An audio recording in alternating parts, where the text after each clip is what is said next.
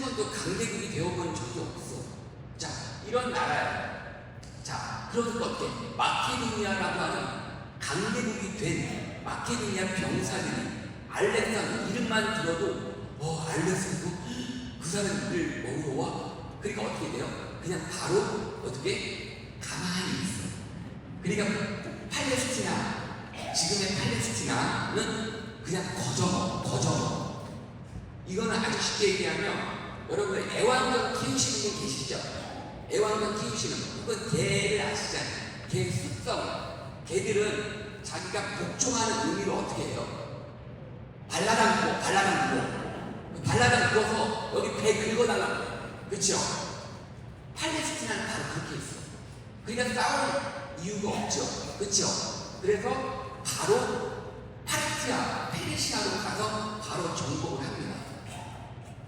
아주 불을 납작하게 해주는 거예요.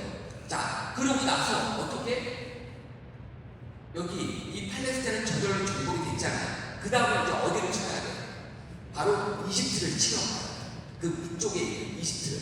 근데 이집트를 치는데 이집트 입장에서 보면 자기들하고 라이벌이 파르티아를 혼내줬대. 마케도니아. 박수를 막 쳐. 그리고 잘했다고. 너무 훌륭하다고. 감사하다고. 막 그래요.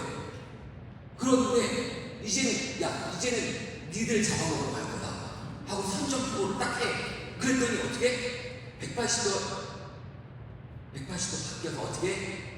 그러시냐고. 저희는 때리지 마시라고. 어여오시라고. 그리고 비단에 낭탄자를 깔아줘. 그러니까 어떻게 돼요? 싸울 의사가 없어, 이집트는. 왜? 그 명성에 걸맞게 우리가 대항할 수 없다라는 생각을 아마도 가졌나 봐요. 그러니까 어떻게? 알렉산드로스는 이집트를 정복할 때는 무혈 입성을 해요. 싸우지도 않고 그냥 이집트 들어가서 깃발을 꽂아요. 싸우지도 않고. 왜? 싸울 의사가 이집트가 없어. 그러니까 이거를 요즘식으로 표현하면 쫄았어. 그러니까 이집트가 쫄은 거야. 그런 경우 있죠. 예를 들어 우리 남자 형제들은 소식적이 많이 싸워보셨죠? 소식적이 많이 싸워보지 않으셨어요? 싸울 때 어떻게 해요? 싸울 때 하잖아. 딱 이렇게 눈빛으로 죽여 상대방을. 그러니까 어떻게 싸우고 막 한데 미안해 내가 잘못했어. 이런 경험 아마 있으실 거예요. 싸워보신 분들은. 왜? 싸울 의사가 없는 거야. 왜? 쫄았어. 그러니까 이집트는 바로 꼬리를 내립니다. 그래서 실제로 파르티아를 정복할 때는 많은 피를 흘렸겠지만 팔레스티나 그리고 이집트 같은 경우에는 피를 흘리지 않고 무혈입성 바로 정복을 쉽게 합니다. 이러면서 점점 이제 어떻게 마케도니아의 그 땅이 점점 전 세계적으로 퍼져가기 시작해요. 자, 이제 이 이스라엘이라고 하는 이 팔레스티나는 너무나 자연스럽게 마케도니아에 속하게 됩니다. 자, 보세요. 이집트 정복 1년밖에 안 걸려요. 파르티아를 정복하고 나서 그 다음 이집트 정복은 그 다음에 바로 정복해요. 그러니까 사실은 싸움이 없었던 거예요. 무혈입성을 합니다. 그래서 통치권, 병권을 모든 권한을 바로 마케도니아한테 넘겨요. 그러니까 우리로 치면 군수 통수권자가 누구예요? 우리나라는 우리 대통령에게 있는 거죠. 그런데 어떻게 지금으로 치면 군수 통수권을 누구에게 주는 거예요? 트럼프한테 주는 거예요. 쉽게 얘기하면. 그러니까 알렉산드로스는 싸우지도 않고 그 모든 권한을 바로 그냥 접수를 합니다. 자, 제가 아까 보여드렸던 말씀으로 설명했던 지도. 자, 여기가 마케도니아예요. 여기 여러분들 보시면 여자들 구두 모양이 된 부추 모양 여기 보이시죠? 그렇죠? 부추 안 심어 보셨어요? 부추 아시죠? 그 먹는 부추 아니고요. 여자들이 신는, 장애인들이 신는 그 요만한 부츠, 그런 모양의 나라가 여러분들 잘 아시는 이태리예요. 자, 그러니까 이태리 요 옆에 여기가 마케도니아, 그리스, 지금의 그리스예요. 그리고 요 부분이 어떻게 소아시아는 터키, 그리스. 그래서 성지순례 바오로 사도가 전교를 많이 했다는 바로 그곳. 그래서 터키, 그리스 성지순례를 많이들 가세요. 그래서 여기가 소아시아. 자, 요쪽으로 오면 이제 아까 제가 얘기한 그 파르티아 혹은 페르시아. 그 파르티아, 페르시아의 명칭은 아마도 당시에는 파르티아라는 명칭을 썼는데 이건 제 추측입니다. 이 파르티아 그리고 그 이후에 언젠가 몇몇 나라들에 의해서 페르시아라고 하는 단어를 쓴 것 같아요. 그래서 파르티아, 페르시아 약간 발음상 좀 비슷하지 않습니까? 그래서 다른 나라에서 이 나라를 표현할 때 파르티아라는 나라가 페르시아라는 자기식의 발음으로 표현된 게 아닌가 싶어요. 예. 자, 그래서 그리고 요 밑에 요쪽이 제가 아까 얘기한 이집트. 그리고 이쪽으로 이렇게 계속 넘어가면 북부 아프리카. 그래서 북부 아프리카 쪽에는 북부 아프리카에는 대표적인 여러분 혹시 한니발이 얘기 들어보셨죠? 유명한 장군, 북타고르의 유명한 장군인 그 타고르라는 사람이, 아니 한니발이라는 사람이 있었어요. 그 북타고르에. 그래서 나중에 로마에게 져서 정복을 당하는 바로 그 위치에 해당하는 바로 그 위치예요. 자, 그래서 요게 알렉산드로스가 어떻게, 요 빨간 선을 대충 따라가 보시면 이렇게 해서 땅을 이렇게 다 흡수를 합니다. 이러면서 점점 이렇게 넓혀가요. 점점 이렇게 넓혀가는 거예요. 이런 식으로. 그러니 세계 정복을 눈앞에 두고 있는 그런 시점이었단 말이에요. 그러니까 그 세계 정복과 관련한 사람으로 유명한 사람이 알렉산더하고 또 누가 있어요? 우리가 이름 들으면 알만한 사람. 징기스칸. 징기스칸. 그 양꼬치 이름 아니에요? 네, 징기스칸이라고 하는 그 유명한, 그죠? 몽골의 그 사람처럼 알렉산더. 그래서 그냥 왕이 아니라 알렉산더 대왕이라는 그런 명명을 이제 얻게 되는 겁니다. 우리 전 세계 역사적으로. 자, 이제 그러면 왜 우리가 이런 성경 공부를 하는데 왜 이런 걸 들어야 되지? 왜 그런 거냐? 마케도니아가 이제 그 정복을 하면서 마케도니아, 지금의 그리스라고 하는 나름대로 그 나라들은 자기만의 전통과 관습과 어떤 습관과 사고방식, 삶의 어떤 방식, 그런 게 있지 않나요? 그치요? 자기 나라들마다. 예를 들어 볼게요. 예를 들면 일본 사람의 고유한 어떤 특징이 좀 있죠. 그쵸? 약간 그런 게 약간 있어요. 우리 한국 사람도 그런 게 있죠.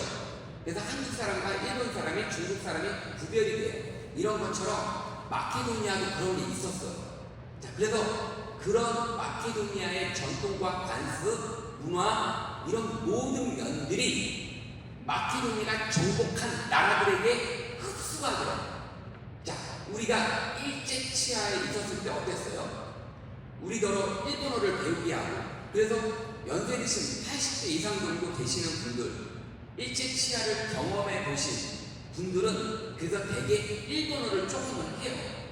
왜? 강제적으로 그 지금의 초등학교에서 일본어를 강제적으로 가르치고 일본식 개명을 강요했기 때문에 그런 것처럼 이 당시에도 다른 나라들의 마케도니아의 그런 전통과 관습과 어떤 풍습 이런 것들이 이렇게 스며들었어요.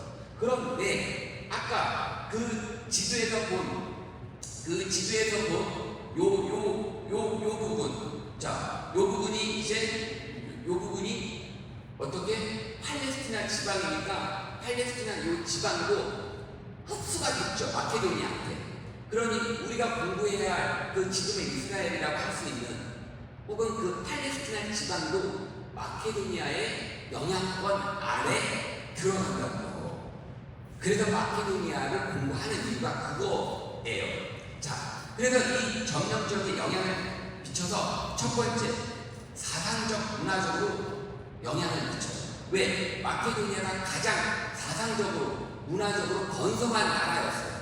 그래서 대표적인 게 많은 철학, 사상가들을 배출해요. 그러면 이런 영향을 팔레스티나가 받았을까 안 받았을까? 받았지요. 그래서 그리스 로마 철학의 영향을 받아요. 그래서 우리 교회에서도 그리스 로마 철학을 배워요. 신학교에서 하기 싫은 철학을. 왜? 어쩔 수 없어. 이 교회의 이 전통 안에 그리스 로마 철학이 이렇게 담겨 있어요. 예를 들어볼게요. 대표적인 그리스 로마 철학의 영향을 받은 대표적인 것들을 한번 제가 얘기해 볼게요. 이분법적 사고예요. 예를 들면 이분법적 사고, 낙과 남자와 여자, 뭐 이런 식의 이분법적 구조는 이 세상을 이분법적 구조로 보는 이 사고는 쉽게 얘기하면 그리스 로마 철학의 영향을 받은 거예요. 그런데 이런 것들이 성경 안에서도 가끔 드러나요. 자, 왜 성경을 썼던 그 시대에 실제로 그 이전 조상들이 마케도니아의 영향을 받았기 때문에 그게 대대손손 이어져서 영향이 있는 거예요. 우리도 그런 영향이 있지 않나요? 우리가 독립한 지 벌써 거의 80년이 지금 80년 거의 7이 되잖아요. 그렇죠? 75년. 그렇죠? 그런데 그 자석거린 우리들도 은연중에 일본 싫어하잖아요. 맞죠? 여러분들 일본하고 축구하고 일본하고 복싱하고 이래봐. 딴 나라한테는 저도 일본한테는 지면 안 돼. 막 이런 거 조금 있으시죠? 그게 우리 무의식 안에 다 있는 거예요. 그런 것처럼. 자, 그래서 이렇게 사상적 문화적으로 팔레스타인 지방에 영향을 줬다. 자, 그리스 문화의 정파와 발전이 있어요. 뭐냐? 323년경에 알렉산드로스가 사망과 동시에 그때부터 헬레니즘, 아마 들어보셨을 거예요. 헬레니즘이라고 하는 큰 사상의 어떤 물결이 태동이 일어요. 그래서 이 헬레니즘 문화가 팔레스티나에 이렇게 흡수가 돼요.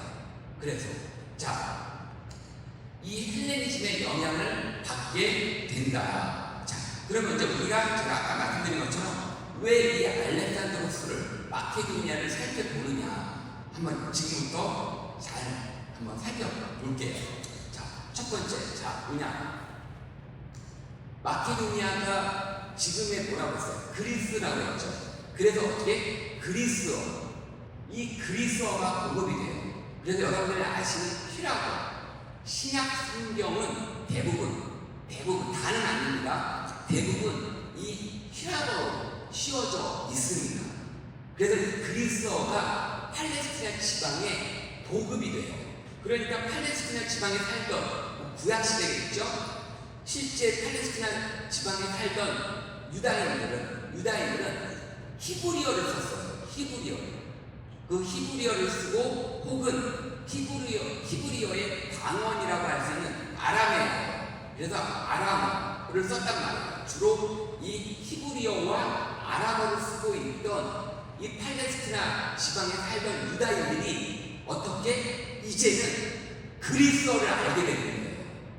이제는 한국말밖에 몰랐던 우리들이 미국하고 통상 수교를 하고 이러면서 문호가 개방되고 이러면서 영어를 하게 돼요. 영어를 이제 하게 되는 거예요. 헬로 이렇게 하는 거야. 이렇게 굿바이 뭐 이렇게 What's your name 이렇게 하는 거야. 여러분도 이 정도는 하시죠. 이런 것처럼 이제 팔레스티나 지방, 이 팔레스티나 유다인들도 히브리어를 하게 되는 거야. 그런데 이 휘라버를 하게 되는데 이 휘라버는 지금으로 치면 교육을 많이 받은 사람, 공부를 많이 한 사람들이 더 잘 하겠죠. 당연히 학식이 있고 이런 사람입니다. 자, 두 번째, 건축 양식의 전파. 이때는요, 그리스는 건축 양식이 있어요. 우리나라도 저기 안국동, 종로 이쪽으로 가면 우리나라 옛날 방식의 그 전통 가옥이 있죠. 그래도 우리 한국 고궁을 가보게 되면 그 곡성미 이런 얘기를 많이 하죠. 그래서 한국의 딱 대표되는 건축수를 하면 옛날 우리 조선시대라든가 옛날 시대에 지었던 초막도 우리나라 양식이잖아요. 건축 양식. 자, 이런 것처럼 그리스 하면 떠오르는 건축 양식이 있습니다. 혹시 여러분들 중에 터키 그리스 성지순례 가보신 분들 없으세요? 혹시? 그래요. 몇 분 계시는데 가보신 분들은 아마 반드시 가보셨을 법한 신전이 나와요. 이게 파르테논 신전이에요. 아마 기억나실 겁니다. 파르테논 신전이라고. 자, 인터넷 뒤져보면 다 나와요. 요즘은. 그래서 굳이 성지순례 안 가도 돼요. 성지순례 굳이 안 가도 아니 무릎도 아프고 그런데 왜 굳이 700만 원씩 주고 성지순례를 나 같으면 700만 원 가지고 집에서 맛있는 거 먹으면서 걸어서 세계 속으로 보거나 그러면 돼요. 그러면 그냥 누워서 볼 수 있어. 맛있는 거 먹고. 차라리 그게 낫지. 그리고 PBC나 이런 거 들어가서 보면 설명도 더 정확해. 그리고 더 중요한 건 뭐냐면 잠시 멈춤도 가능해. 잠시 멈춤도 가능해. 얼마나 좋아. 그래서 내가 꼭 성지순례 가야 되는 거 아니에요. 안 가도 돼요. 저도 신부 되고 나서 졸업여행으로 터키 그리스. 그때 원래 이스라엘 가기로 했는데 그때 내전이 있어서 상황이 안 좋아서 이스라엘을 못 가고 신부 되고 나서 1년 뒤에 어쩔 수 없이 그냥 터키 그리스를 저희 동기 신부들끼리 졸업여행을 1년 뒤에 간 거예요. 그때 파르테논 신전 앞에서 찍은 거예요. 누가 찍어줬어. 자, 그리고 아까 얘기한 것처럼 그 이분법적 사고 대표적인 이런 그리스 로마의 어떤 철학을, 그리스 철학에 기반한 사상들이 이제 흡수가 돼요. 그리고 또 하나, 이게 결정적입니다. 뭐냐? 그리스의 신관이 흡수가 돼요. 여러분들 흔히 아는 그리스 로마 신화, 혹시 그런 책들 어렸을 때 잘 안 읽으셨죠? 저도 잘 안 읽었어. 왜냐? 그거 읽다 보면 무슨 신, 바다신, 태양신, 하다못해 무슨 이런 별거 아닌 것 같은 거기에 다 신을 부여해요. 살아있는 신이 있다고. 유물론적인 상황이겠죠. 그래서 다 신이야. 그런 어떻게 다신론에 입각한 신관을 그리스에서 가지고 있었던 거예요. 그런데 유다인들은 어떤 신관이었어요? 유다인들은 유일신, 한 분이신 하느님 한 분. 그러니 나는 오직 하느님 한 분만을 믿는 사람인데 나한테 이거는 프로젝터 신 이런 식으로 예를 들어 AI를 신으로 종교하고 신 이런 식으로 각계각층에 영향을 미치는 이 자연, 바다신, 태양신, 이런 것처럼 다신론에 입각한 사상을 팔레스타인, 이 유다인들에게 이렇게 은연중에 영향을 미친다는 거예요. 그러니 팔레스타인, 이 유다인들은 혼동이 오겠죠. 이거 뭐지? 아니, 나 유일신 하느님 한 분인데 이게 말이 돼? 이러면서.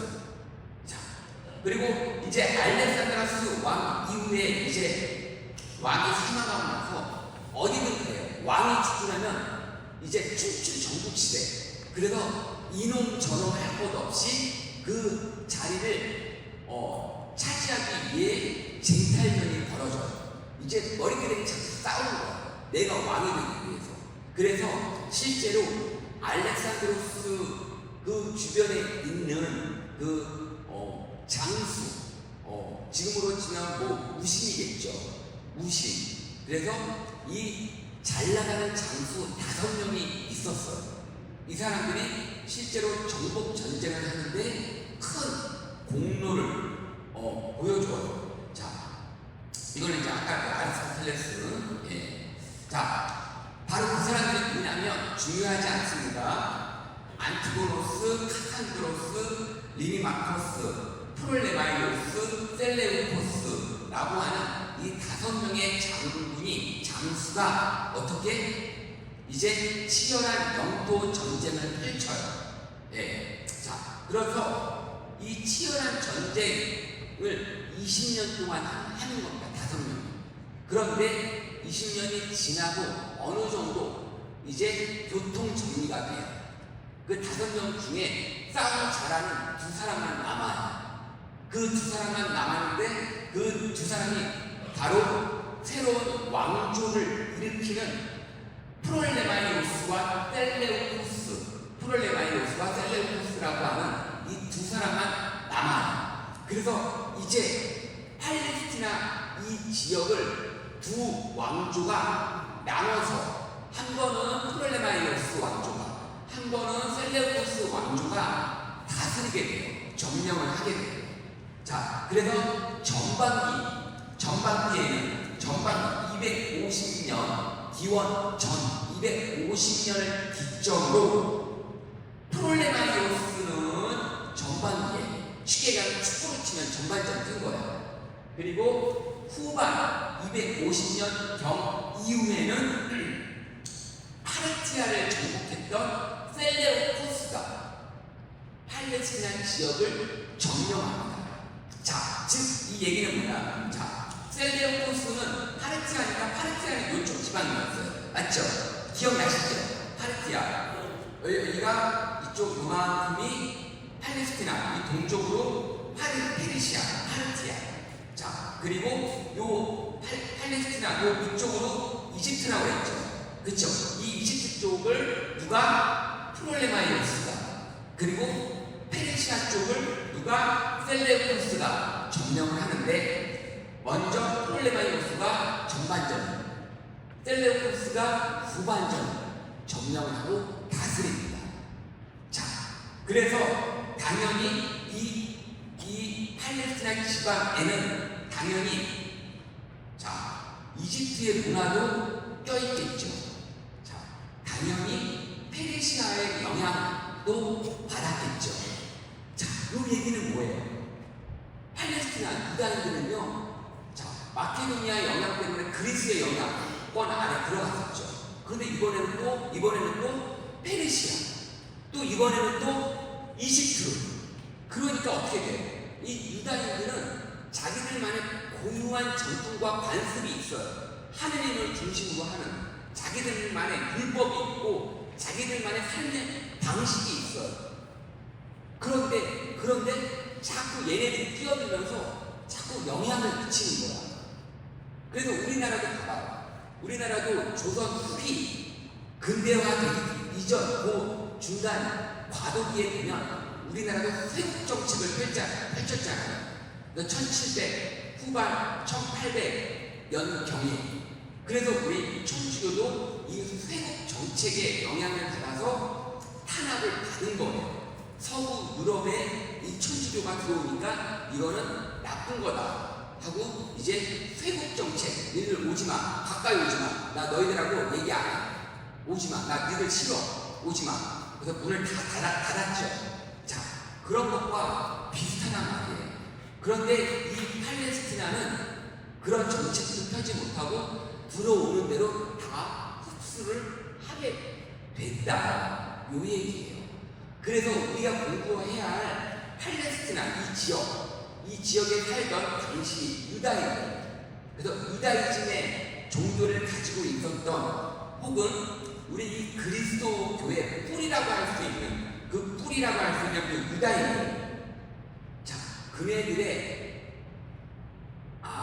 옛날 삶의 방식이 요런 상황이었구나 하는 걸 알기 위해서 이 신구약 중간사를 배우는 거예요. 이해되셨죠? 예. 자, 이제 봐요. 이 프톨레마이오스 왕조는 이집트를 기반으로 했다고 했어요. 그런데 이 프톨레마이오스라는 장군은 잘은 모르겠지만 온건한 외교 정책을 펼쳤어요. 그러니까 실제로 내가 유다 땅을 점령하고 있어도 어떻게 조금 이렇게 자유롭게 지낼 수 있게 좀 자유권을 줬다는 거예요. 자, 그런데 셀레우쿠스 왕조가 이제 250년 기점 후반전을 끌 때 그 셀레우쿠스 왕조는 프톨레마이오스와 다르게 강경책을 펼칩니다. 그러니까 어떻게 좀 더 강압적으로 이 팔레스티나 유다인들을 다스리려고 해요. 강압적으로. 이렇게 강압적으로 다스리면 어떻게 돼요? 반발이 좀 생기겠죠. 그쵸? 아무래도. 그래서 우리나라도 일제 치하 때 일본인들이 우리를 강압적으로 창씨개명도 시키고, 그리고 우리 조상이라고 할 수 있는 그 일제 치하에 얼마나 일본 사람들이 몹쓸 짓을 많이 했어요. 맞죠? 그러다 보니 반발이 심해지고 이런 현상들이 일어나게 되는 거예요. 자, 그래서 이 셀레우쿠스 왕조 중에 특히나 악명 높은 사람이 있었나 봐요. 그 사람이 누구? 바로 안티오쿠스 4세라고 하는데, 이 안티오쿠스 4세는 안티오쿠스라는 이름이 4번째 해당이 되잖아요. 그러니까 실제 신명은 아닐 듯 해요. 그래서 어떻게? 자, 실제 에피파네로 더 유명한 악독한 왕이었어요. 셀레우쿠스 왕조 중에. 자, 그래서 이 사람이 175년에서 164년까지 그렇게 재임을 했던 사람이니까 한 10년 정도 한 것 같아요. 10년 조금 넘게. 그래서 이 에피파네 요왕 치하일 때 이제 절대절명의 큰 사건이 일어납니다. 예. 자, 그게 여러분들 들어보셨을지 모르겠는데 마카베오 항쟁. 자, 여러분들 구약을 이렇게 읽으신 분은 아실 텐데 맨 끝에 뭐가 나와요? 마카베오 상하권이 나옵니다. 그래서 마카베오 상권 하권 거기에 나와 있는 그 내용들이 바로 에피파네가 집권하던 시기의 시대상이에요. 그래서 마카베오 마카베오 가문에서 이제 이 항쟁을 주도합니다. 그래서 이 마카베오 상권 하권이 구약의 맨 뒤에 나와 있는 거예요. 자, 그래서 어떻게 이제 이 에피파네 안티오쿠스 4세의 반유다 정책을 펼쳐요. 자, 그런데 왜 이 셀레우쿠스 왕조 에피파네가 왜 결정적인 사건이 바로 이거예요. 성전을 신전화해요. 그럼 뭐냐? 예를 들어볼게요. 여기 성당이야. 여기 성당. 하늘이 우리 전례를 하고 비사를 하고 기도하는 곳이죠. 그쵸? 성전, 동두천, 성당. 그런데 어떻게 그리스 이런데 그다음에 셀레우쿠스 왕조의 영향을 받았잖아요. 셀레우쿠스의 그 이전을 마케도니아 아닙니까? 자, 그러니까 어떻게 돼요? 그리스의 신관. 그러니까 이 성전 안에 뭐 이상한 동상이나 막 이런 걸 죄다 갖다 놓는 거야. 여기 있는 신사처 떼고 막 이상한 그림 갖다 놓고 막 동물 갖다 놓고 막 이러는 거야. 그럼 여러분이 어떻게 하겠어요? 지금 만약 그런 일이 벌어진다면 못하게 막을 거죠. 그렇죠? 결사 반대하고 동두천 성당을 누가 지킬 거예요? 여러분도 지킬 거죠? 안 지킬 거예요? 다 도망가실 거예요? 목숨 맞춰 지켜야지. 여기 감실 누가 지킬 거야? 분단 시민이 지켜야 돼. 목숨을 걸고 못 오게. 그렇죠? 그런데 여기에 이상한 무슨 동상 놓고 막 이러는 거야. 어떻게? 성전을 신전화합니다. 지금으로 치면 마치 신탁을 받는 그 성전 안에 이상한 행동들을 하는 그런 종교예요. 신비주의 이런 종교. 자, 그래서 신전화해요. 그래서 이 마케베오 항쟁 때 유다인들이 전쟁까지는 아니고 항쟁 요 정도로 표현이 되는 걸로 보면 그게 큰 규모는 아니었지만 그래도 지역적인 차원에서 이 마카베오 가문을 중심으로 해서 이제 항쟁을 벌여서 신전화가 되었던 예루살렘 성전을 다시 찾습니다. 그 이전에 솔로몬이 지었던 제1성전 그리고 그 이후에 그 예루살렘 성전이 한번 함락이 돼요. 바빌론에 의해서. 그래서 바빌론은 유배를 가요. 예루살렘이 함락이 돼서 그 솔로몬이 지었던 그 성전이. 그래서 바빌론 연가가 나오는 거예요. 제가 그 바빌론 연가 노래를 제가 잘 몰라요. 노래를 잘 몰라서. 근데 음을 들으면 여러분 아실 거야. 근데 저는 그 음을 개사를 해서 옛날에 이렇게 불렀어요. 어떻게? 다들 입을 깨고 밥 먹어. 다들 입을 깨고 밥 먹어. 너는 왜 입을 안 깨고 밥 안 먹니? 요런 음이야. 그래서 바빌론 연가를 치시면 당시 바빌론을 유배를 갔던 이스라엘 백성들의 참혹함, 그 참혹한 견디기 어려운 그 생활을 그 노래를 부르면서 이 유다인들이 이겨낸 거예요. 그래서 그 바빌론 연가가 유명해요. 그걸 떠올리면서 그 시절을 떠올리면서 그걸 이겨냈다고 해서. 자, 그래서 그때 함락이 됐던 그 성전, 그래서 쭈루바벨이 다시 한번 성전을 리모델링, 중축을 합니다. 아주 소규모로. 그래서 제2성전을 보통 쭈루바벨 성전이라고 합니다. 그리고 나서 어떻게 이 성전을 마카베오 항쟁 이때에 뺏겼잖아요. 뺏겨서 이거를 되찾아. 왜? 이겼어. 이겼는데 그냥 이긴 게 아니야. 누가 봐도 이건 100점 100패인데 하나님의 도우심으로 마카베오 가문의 손을 들어준 거예요. 그래서 실제로 다 승부한 거예요. 목숨을 바쳐 신전이 아니라 성전을 되찾아요. 그러면 얼마나 기쁜 날이에요. 맞죠? 그래서 유다인들은 지금까지 어떻게 이 성전을 회복한 날을 기념하는 하누카 성전공원 축제를 열고 있습니다. 성전공원 축제는요, 뭐냐, 제1성전을 지었던 솔로몬 성전, 다 여기 동두천 성당을 다 지었어. 다 짓고 나면 주교님이 와서 막 축복식을 막 해. 그쵸? 그걸 기념하는 게 아니에요. 쭈루바벨 성전, 신축, 중축, 리모델링을 한 것을 기념하는 날이 아니에요. 예루살렘 성전을 빼앗겼다가 다시 되찾은 것을 기념하는 날. 그게 성전공원 축일. 그게 지금으로 치면 하누카 축제예요. 하누카. 그래서 하누카 축제는 여러분들 혹시 성시간을 참여해 보신 분들 계시죠? 성시간 첫째 주 목요일, 그렇죠?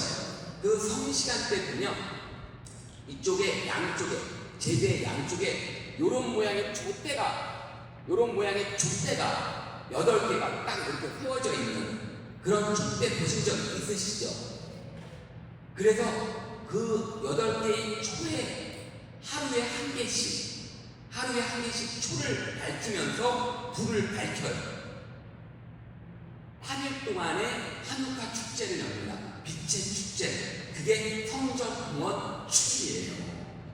그래서 실제로 성경에서도 보면 예수님도 성전공원 축일에 예루살렘으로 올라가셨다. 이런 표현들이 나옵니다. 성전공원 축일. 거기서 언급되어지는 성전공원 축일은 바로 마카베오 항쟁을 통해서 성전을 되찾은 그날을 기억하는 거다라고 알고 계시면 되겠습니다. 그래서 이 하누카 축제는 빛의 축제라고 보시면 돼요. 빛의 축제야. 예, 그래서 환하게 이렇게 빛을 밝히는 그런 축제. 지금으로 치면 여러분 가끔 우리가 이렇게 불꽃놀이 뭐 이런 거 있죠. 막 환하게 막 불꽃 이런 거. 그리고 가끔 이렇게 특별한 이런 뭐 어디 이렇게 가면은 밤에 가면 이렇게 불빛 예쁘게 해놓은 데 있잖아요. 뭐 예를 들면 뭐 강남 쪽에 다리들 보면 밤에 보면 이렇게 예쁘게 이렇게 빛으로 장식을 해놨잖아요. 그런 것과 같은 축제를 8일 동안 엽니다. 8일 동안 여는 이유는 이스라엘 백성들은요, 이 3대 축제, 과월절 혹은 유월절 혹은 파스카라고 불리우는 가장 큰 축제를 비롯한 이 축제, 그리고 그 다음 주간절이라고 하는 주간절, 그리고 초막절, 이게 3대 축제 중에 하나인데 큰 축제에 해당하는 날들은 하루도 안 끝내요. 이게 이스라엘 백성들의 전통이고 관습입니다. 그래서 큰 축제, 그래서 혼인도요, 혼인식도 우리는 하루 해야죠. 그쵸? 1시간에 뚝딱 하잖아. 1시간에 혼인식 뚝딱 하고 얼른 가서 밥 먹고 먹고 집에 가잖아. 그쵸? 그렇잖아요. 근데 이스라엘 백성들은 어떻게 8일 동안 혼인식을 어떻게 8일 동안, 그러니까 8일 동안 근처 사람들이 들고 드나들면서 이렇게 먹고 즐기고 축하해주는 그런 예식을 8일을. 그래서 우리 그 전통이 우리 교회 안에 남아있는 흔적이 있죠. 뭐예요? 부활 대축일, 부활 8일 축제. 그래서 8일 동안은 대축일 급이에요. 그리고 성탄 대축일, 8일 축제. 그래서 8일 동안은 대축일 급으로 지냅니다. 이렇게 8일을 이렇게 지내는 이 관습은 유다인들의 이런 관습에서 나왔어요. 그래서 동네 사람 중에 누가 혼인한다 그러면 8일은 놀 수 있어. 8일은. 와, 그 이스라엘 백성들은 노는 거를 좋아해요. 제가 자, 이 한가 축제, 자, 그래서 그 기쁨을 표현하는 축제다. 자, 이제 로마 제국의 이야기인데요. 로마는 아주 쉽게 요걸 먼저 기억하셔야 됩니다. 뭐냐? 로마 왕국, 로마 공화국, 로마 제국, 이렇게 크게 세 단계로 나뉩니다. 그냥 그 정도로만 이해하시면 돼요. 어차피 옆에 남아있는 연도는 못 외워요. 외우려고 하지 마세요. 그럼 스트레스 받아요. 외우지 마시고, 로마라는 나라가 왕국, 그 다음은 공화국은 우리 지금으로 치면 국회의원 다스리는 의원, 시민과 의회가 다스리는 그런 어떤 제도예요. 왕이 없이.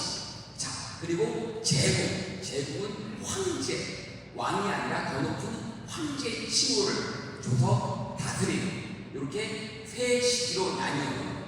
자, 그런데 기원 전 63년경에 이제 폼페이우스 장군이 있었는데, 이 장군이 어디를, 팔레스티나 예루살렘을 점령을 하게 됩니다. 이 로마라는 나라는 아까 여자들이 신는 부추 모양의 바로 그 나라예요. 자, 그래서 이제 이 로마가 마케도니아처럼 강대국이 돼서 커졌다고 그랬잖아요. 그런 다스릴 때가 엄청 많아. 그래서 32개의 속주로 나눕니다.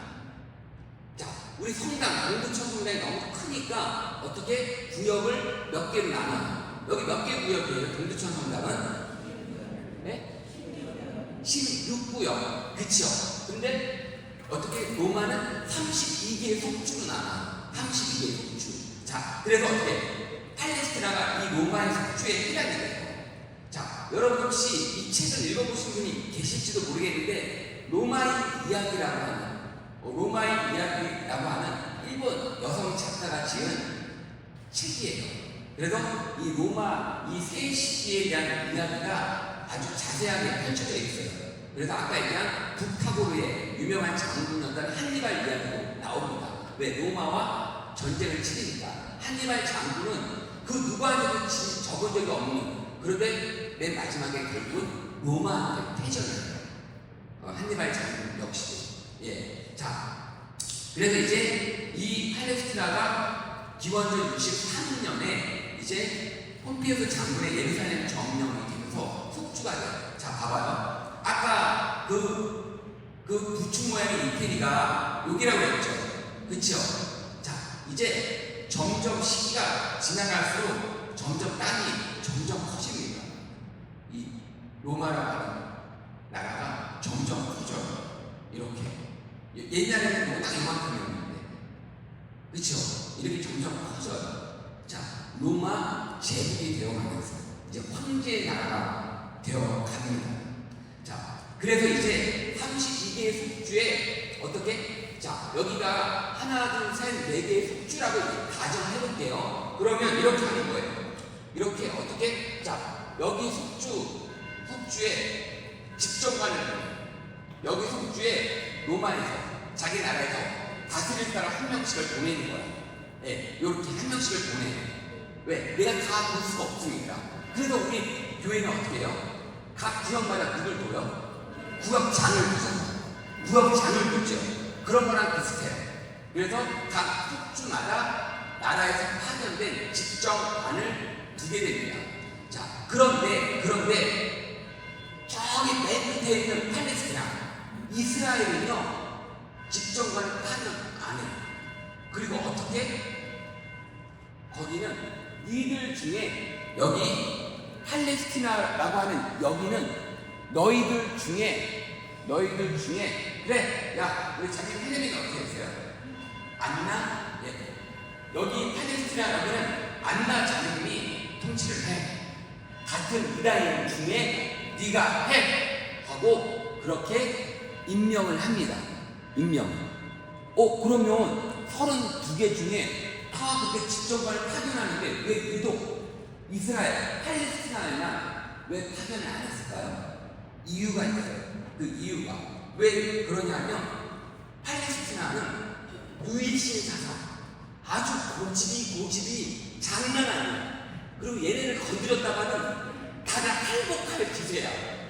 그러니까 다스리기가 어려워요, 쉬워요. 그러니까 골칫거리야, 얘네들은. 다른 애들, 야, 똑바로 안 해? 하면 늘 말을 잘 듣는데 팔레스티나 얘네들은, 야, 똑바로 안 해? 그럼 연하지 않아. 막 이러는 거예요. 그러니 로마 입장에서는 어려워요, 쉬워요? 어렵지. 그러니까, 골치 아파. 그러니까, 그러면 너희들 중에 내가 이렇게 보니까 안나라는 장님이 내 말을 제일 잘 들어. 내가 하라는 대로 되게 잘해. 그리고 날 좋아해. 나한테 세금도 많이 맞춰. 그러니까 안나를 시켜야겠다. 안나가 여기 구역을 맡아. 그래서 팔레스티나 지역만 어떻게 집정관을 파견하지 않고 총독, 대왕 영주라고 하는 이 영주를 파견하는데 거기서 나오는 사람 이름이 여러분들이 알 법한 바로 헤로데입니다. 그래서 헤로데가 어떻게 로마에서 파견되지 않은 집정관이 아닌 민족 영주로 헤로데가 등장한다. 그러니 헤로데라는 인물이 어떤 인물이었을 것 같아요? 기득권을 좋아하고 권력을 좋아하고 로마에 불붙어서 로마한테 아부하고 로마한테 세금 많이 내고 잘 보여서 영주가 되는 거지. 팔레스티나 지방의 왕이 되는 거야. 쉽게 얘기해. 이해가 되셨어요? 그러니 백성들은 좋아할까 싫어할까? 백성들은 당연히 싫어하죠. 당연한 거예요. 우리 일제치한테 봐봐. 일제 앞자리 노릇을 한 사람들을 우리 정상적인 우리 같은 사람들은 그 사람들을 좋아해요, 싫어해요? 싫어하잖아. 당연한 거예요. 그리고 폭군이었어요. 왜? 세금을 많이 걷어들여서 로마에 많이 갇혀야 자기의 권력을 유지할 수 있잖아요. 그쵸? 대표적인 사람이 바로 헤로데예요. 그래서 이 헤로데가 70년 가까이 통치를 합니다. 계속 지들이 해먹어. 계속 자녀까지 해먹는 거야. 헤로데 몇 세, 계속 나와. 예, 계속 나와. 70년. 왜? 우리도 그렇잖아요. 뭐 이렇게 족벌 체제, 뭐 이런 식으로. 우리 북한이 약간 그런 식이잖아요. 그쵸? 자, 그래서 이제 헤로데가 나오고 그 자녀 아르켈라오스, 안티파스, 필리포스, 그 다음에 그 손잡거린 아그리파스 1세, 그리고 아그리파스 2세, 이런 식으로 손자 때까지 이제 헤로데가 민족 영주로 다스립니다. 그래서 예수님 탄생하셨을 시에 어린아이들을 학살했던 그 헤로데와 나중에 예수님을 신문했던 헤로데는 다른 헤로데입니다.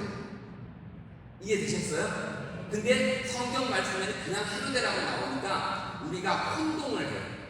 이 사람이 몇 살이야? 그리고 그 사람이네? 라고 생각을 합니다. 근데 그렇지 않아요. 그래서 성경 안에는 그 신약 전반을 다 보면은 어떻게 총 헤로데가 6명인가 7명이 나와요. 볼까요? 1명, 2명, 3명, 4명, 5명, 6명. 6명이 나와. 근데 뒤에 그거 다 빼요. 네.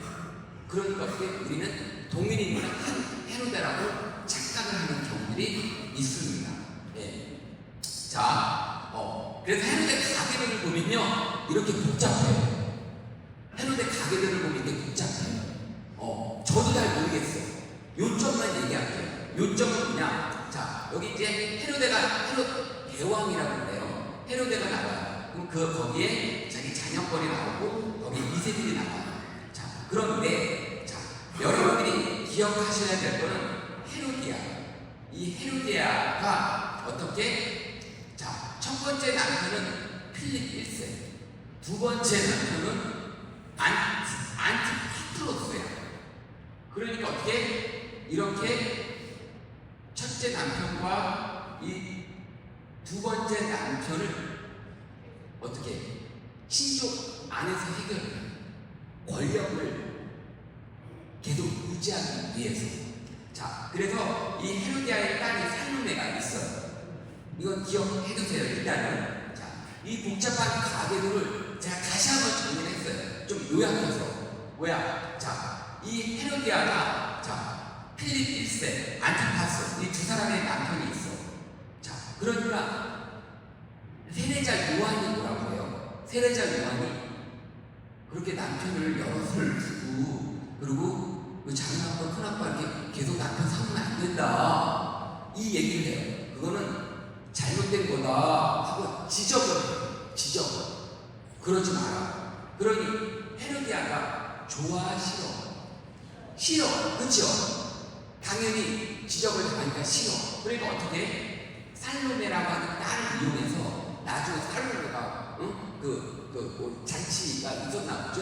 거기서 막 춤을 막 그러니까 헤로데가 좋아가지고 소원을 빌라고. 그랬더니 엄마가 와서 살로메한테 요한이 눈에 가시거리거든. 그러니까 어떻게? 야, 요한이 목을 내달라고 얘기해라. 그렇게 얘기를 하는 거야. 그러니까 엄마가 시키는 대로 요한의 목을 선물로 달라. 그런 거예요. 자, 그게 바로 이 헤로디아. 그래서 이 헤로데와의 그 밑에 이 필립 1세 그리고 안티파스라고 하는 남편에게서 두 번째 남편 안티파스에게서 살로메라는 딸이 나오죠. 그러니까 실제 거기서 나온 헤로데는 누구라는 얘기야? 헤롯 안티파스인 거야. 헤롯 대왕이 아니라. 예. 자, 이게 그 헤로디아와 그리고 살로메와 관련된 그 가계도를 이런 식으로 좀 간략하게 보기 쉽게 좀 이렇게 압축 요약을 하는 거예요. 자, 그래서 여러분들 헤로디아와 살로메는 잘 아실 겁니다. 아마 이 헤로디아는 악녀 중에 악녀. 여러분 요즘 아침 드라마 중에 맞짱 드라마 같은 거 있죠? 그렇죠? 그럼 가끔 요즘 드라마들 보면 악녀가 있죠? 가끔 나오죠? 그 드라마 주인공. 그렇죠? 혹시 여러분 중에 악녀가 있으신가요? 없으시죠? 성당에는 없을 거야. 성당에는 악녀가 드나들면 안 돼. 그리고 악녀였어도 정화가 돼야 돼. 성전 안에서. 자, 그래서 저는 가끔 그 악녀 그 드라마 이렇게 잠깐 보면 저는 그런 생각이 들어요. 결혼 안 하면 정말 잘했다. 저 그런 생각이 들어요. 정말 너무너무 감사해요. 정말 하나님을 찬미하고 하나님께 영광을 드리게 돼요. 그 악녀들 보면 너무 무서워요. 내 맞는 남편이 됐을 것 같아. 예. 그래서 저는 정말 감사해요. 제가 결혼 안 하고 신부가 된 게, 자, 바로 이 헤로디아가 그런 악녀의 전형이라고 보시면 돼요. 그럼 살로메는 바로 그 헤로디아의 딸, 그 안니타스 그 두 번째 남편의 딸인 거예요. 자, 그래서 이제 기원 후 6년부터는 이제 행정관 제도를 시행을 하는데, 이 행정관이라고 하는 건 다른 표현이 나오면 총독이에요. 총독. 자, 그래서 본시오 빌라도가 여러분들이 아시는 본시오 빌라도 총독이라고 그러죠.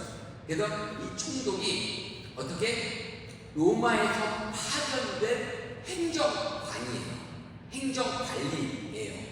그래서 이제는 저기 팔레스티나를 안나라는 자매님한테 민족 영주로 거기 시끄러. 야 거기 니네가 다스려.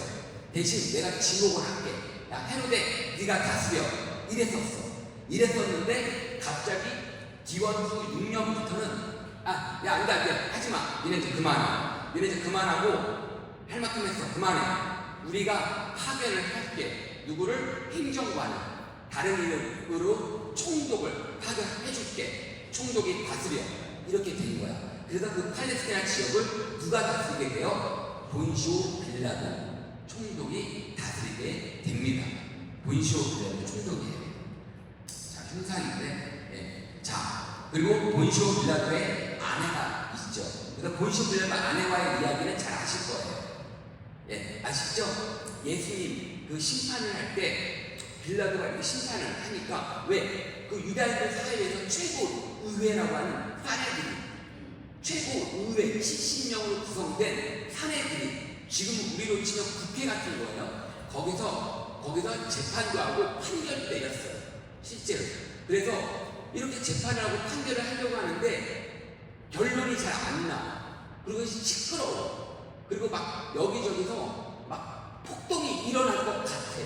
그러니까 로마에서 이렇게 보면서 감시하면서 야 얘네들 뭐야? 폭동이 일어나겠는데? 예수가 뭐야? 예수라는 애가 누구야? 왜 그래? 가서 조사해봐. 그랬더니 결론이 안 나. 그래서 어떻게? 본시오 빌라도 앞에 관저까지 끌고 들어간 거야.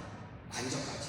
그래서 그 장면이 나오죠. 근데 본시오 빌라도가 이렇게 갔는데 이렇게 신문을 했어. 그 신문을 조사를 했어. 진상 조사를. 이렇게 들어보니 죽일 정도는 아니야. 이제 약간 폭동의 근간이 된 거야. 소지가. 그래서 어떻게 조금 매나 좀 때려주고 그리고 내보내라. 이렇게 생각을 하셨어. 근데 난리가 폭동 수준이야.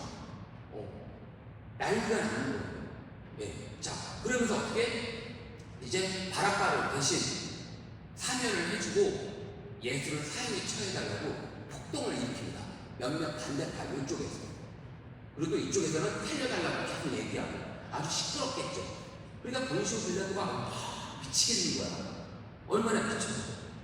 자, 그런데 그 와중에 전날 꿈을 꿨다는 이 빌라도의 아내 이야기가 나와. 빌라도 아내가 어떻게 이렇게 얘기해요. 여보, 그 사람 예사롭지 않은 인물이야. 거기에 관여하지 마세요. 거기에 개입하지 마셔요. 이렇게 얘기합니다. 그런데 이 본시오 빌라도는 어떻게 아내 말을 잘 듣는 사람이야. 그러니까 어떻게 뭔가가 있구나. 그래서 어떻게 그 다음날 재판을 할 때는 말이 바뀌어. 나는 더 이상 나 모르고 너희들이 알아서 처리하시오.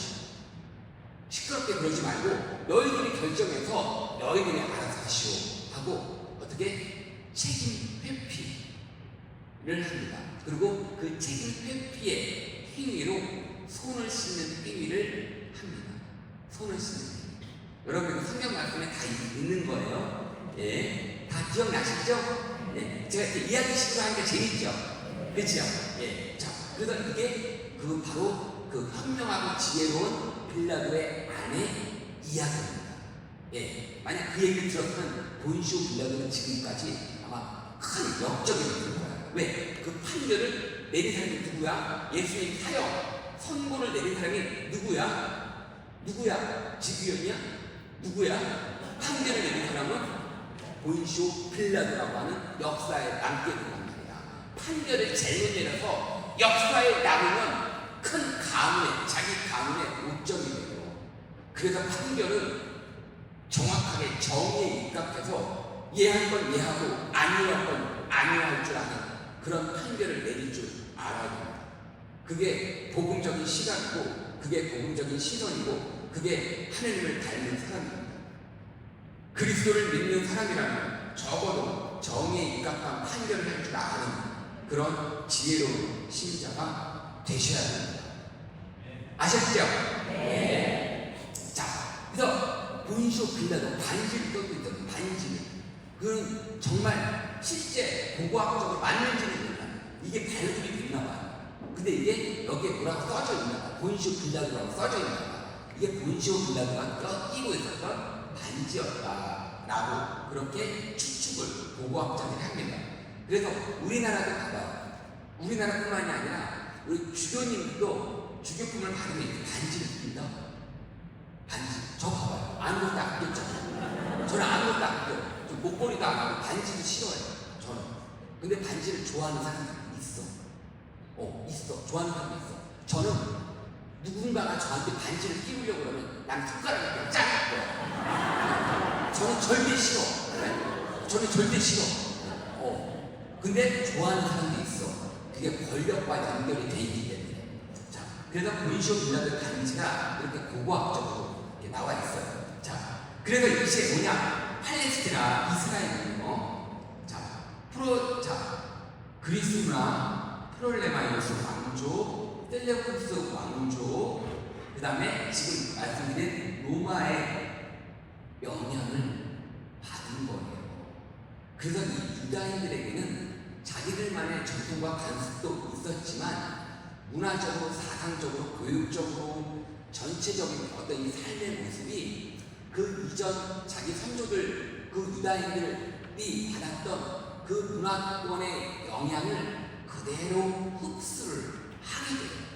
그래서 유다인들은 독특한 그런 어떤 그 전통과 관습을 가지고 있습니다. 물론 율법을 중시하고 강조하는 유이신 사상, 이게 가장 기본이고 핵심이 근간이 되는, 유다인이면 근간이 되는 핵심이에요.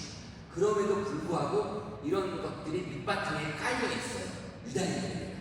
자, 그래서 우리가 지금 이 시간에 신구약 중간사라는 이름으로 그 배경을 이렇게 살펴본 겁니다. 자, 이제 로마와 이스라엘 간의 이 전쟁으로 성적 파괴의 중심 사건들이 있어요. 성전은 굉장히 중요해요. 성전은 굉장히 중요해요. 이스라엘 백성들에게 성전은 삶 그 자체, 그 정도. 제가 시간이 없기 때문에 설명을 더 이상 못해요. 근데 자, 아까 제가 얘기했어요. 바빌론에 의해 잠깐 파괴됐던 그 성전, 솔로몬 성전, 제1성전. 자, 그리고 유비에서 귀환이 되고 추르파크의 성전이 다시 한번 리모델링 됩니다. 이걸 제2성전이라고 해요. 자, 그리고 나서 기원 후 70년경 로마의 성전이 파괴됐죠. 성전이 파괴돼요. 예수님이 예루살렘 성전이 파괴될 것을 예고하면서 산 중턱 언덕에서 예루살렘 성전을 내려다보면서 슬피 울었다는 그 장면, 성경 대목이 있습니다. 예. 자, 이게 지금의 이제 예루살렘 성전이 아니라 그 당시를 모형은 이런 식으로 만들어 본 거예요. 좀 더 크게 확대를 해봤어요. 그래서 이게 지금이 아니라 예전 시대에 이런 모양의 예루살렘 성전이 있었어요. 오늘 주제는 성전이 아니기 때문에 성전에 대해서 제가 자세하게는 얘기를 못해요. 예. 자, 그리고 여기 이 성전 여기에 요새가 있었어요. 이 요새는 여기서 예루살렘 축제가 있었을 때 여기서 로마 군인들이 여기서 숙식을 하면서 여기서 도초를 하면서 여기를 내려다보는 거예요. 무슨 일이 있나 내려다보는 거예요. 혹시 폭동이 일어나지 않나? 왜? 자기들이 다스리는 속주니까. 네. 근데 유다인은 하도 독특해. 그러니까 혹시나 무슨 일을 벌이지 않을까 싶어서 여기서 감시를 했던 거예요. 자, 바로 여기가 아까 감시한 그 요새. 예. 이 건물 별도의 이 별관은 로마인들이 거주를 했던 거죠. 예. 지금은 이런 성전이 되어 있습니다. 이슬람 성전으로 바뀌었어요. 지금 아쉽게도. 자, 그래서 이 성전이 파괴가 되는데 유다 독립 전쟁을 합니다. 근데 결국은 져요. 그래서 이제 70년에 함락이 돼요. 그래서 불에 타고 성전은 더 이상 우리 눈에 볼 수가 없는 그런 성전이 되어버립니다. 마지막 항쟁이 마사다 항쟁이에요. 그래서 이 마사다 항쟁이 74년에 끝납니다. 그래서 유다 독립 전쟁을 70년으로 볼 거냐 아니면 74년으로 볼 거냐 두 가지 썰이 있어요. 그런데 저는 제 개인적으로는 마사다 항쟁 역시 독립 전쟁의 일부이기 때문에 74년으로 보는 게 맞다는 게 제 개인적인 생각입니다. 예, 이제 성전 시대가 끝이 나요. 성전 시대가 끝이 나고 이제 회당 중심의 삶으로 변모가 됩니다. 성전 중심의 삶일 때는 제사가 중심이었어요. 그런데 회당 중심의 삶으로 옮겨지면서 이제 유다인들은 말씀 중심의 삶으로 바뀌게 돼요. 자, 이런 것들이 다 역사적으로 이렇게 연결이 되어 있거든요. 성전을 중심으로. 제가 자세하게 더 얘기할 수 없어서 너무 아쉬워요. 아직 할 얘기는 너무나 많은데도. 예. 자, 그래서 이제 성전 시대가 끝이 나면서 유다 독립 전쟁이 끝이 나니까 아까 얘기한 이 폼페우스가 예루살렘을 점령하죠. 이게 다 어떻게 헤로데 아르켈라오라고 하는 그 헤로데 가문에 폭군이 있었어. 저기서 내가 다스리라고 얘기했더니 헤로데 가문 중에 70년 동안 하면서 아르켈라오라고 하는 어떤 인간이 막 폭군 잘 못 다스려. 능력도 없고 행정 능력도 없고 아주 호각스럽고 그러니까 어떻게 로마에서 야 안 되겠어. 야 너 빠져. 이제 그만해. 너희들 그만해. 이제 누구를 파견해? 행정관, 총독을 파견하기 시작한 거야. 누구 때문에? 아르켈라우스. 얘 때부터. 야, 니네 빠져. 그래서 이제 민족 영주는 더 이상 볼 수가 없고 행정관 제도로 바뀌어서 본시오 비나도와 같은 총독이 다스립니다. 자, 그 중에 갈리툴라라고 하는 40년이 아주 폭군 중에 폭군이에요.